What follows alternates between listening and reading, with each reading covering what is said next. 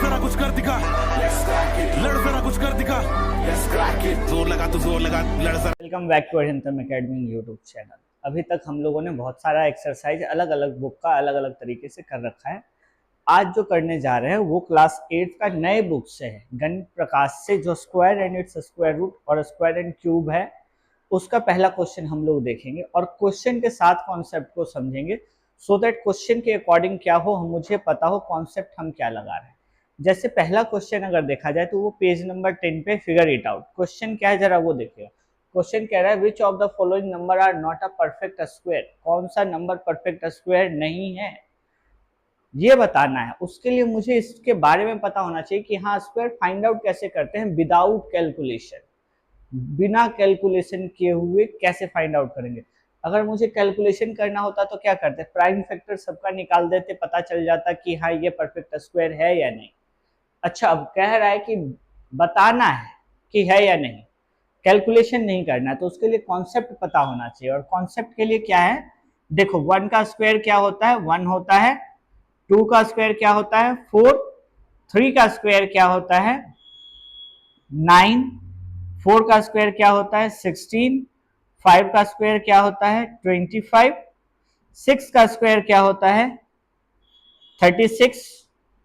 उसी तरीके से 7 का स्क्वायर क्या होता है, 49।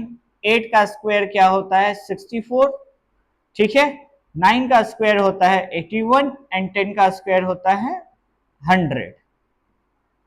अब जरा इस कॉन्सेप्ट को समझाने के लिए मैंने ये क्यों लिखा है अभी समझना। मैं क्या करता हूं, एक काउंटिंग लिख देता हूं, 1 2 3 4 5 6 7 8 9 और इवन नंबर ऑफ 0 और ऑड नंबर ऑफ 0 मैंने लिख दिया।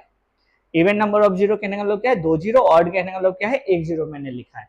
अब देखो, जो परफेक्ट स्क्वायर मैंने 1 से 10 तक निकाला है उस पे यूनिट प्लेस पे क्या क्या वो देखते हैं। यूनिट प्लेस पे 1 है, 1 को कैंसिल करके मैं नीचे 1 लिख रहा हूं। यूनिट प्लेस पे 4 है, 4 को कैंसिल करके मैं नीचे 4 लिख रहा हूं। यूनिट प्लेस पे 9 है, मैंने 9 को कैंसिल किया, यहाँ 9 लिख दिया। यूनिट प्लेस पे 6 है, मैंने 6 को कैंसिल किया, 6 यहाँ लिख दिया। यूनिट प्लेस पे 5 है, मैंने 5 को कैंसिल किया, यहाँ लिख दिया।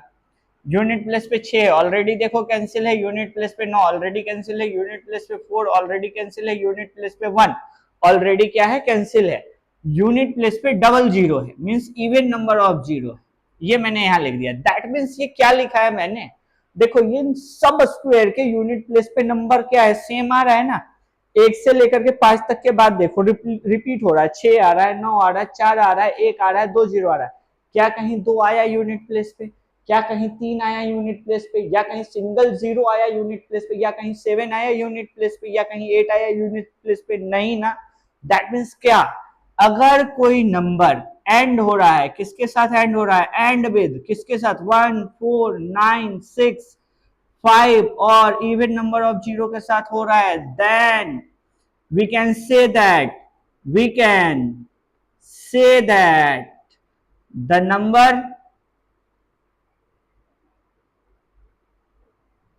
may be a perfect square। बात समझ में आया। अब जो नंबर नहीं है परफेक्ट स्क्वायर वो किससे एंड होगा जरा देखो, 2 3 7 8 और ऑड नंबर ऑफ 0। अगर इस नंबर के साथ कोई नंबर क्या हो रहा है, एंड हो रहा है, किसी नंबर के यूनिट प्लेस पे क्या मिल रहा है, ये नंबर मिल रहा है, तो हम क्या कहेंगे, no it is not a perfect square. ठीक है, then what we can say, then we can say that the number is not a perfect square. ठीक है, अब इसी कॉन्सेप्ट को हम यूज करते हैं क्या करने के लिए, क्वेश्चन नंबर 1 को करने के लिए। अब क्वेश्चन नंबर 1 में देखते हैं, यहाँ पे यूनिट प्लेस पे क्या है, 2 है। अब जरा देखो 2 किस में होने वाले में है, नहीं होने वाले में, नहीं होने वाले में है, तो हम क्या लिखेंगे, it is and with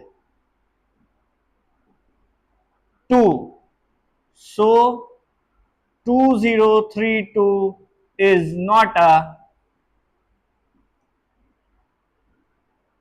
perfect square. ठीक है, ये नंबर किससे एंड हो रहा है? 8। जरा 8 देखो, 8 भी किस में है? नो वाले में है। दैट मीन्स क्या लिखेंगे?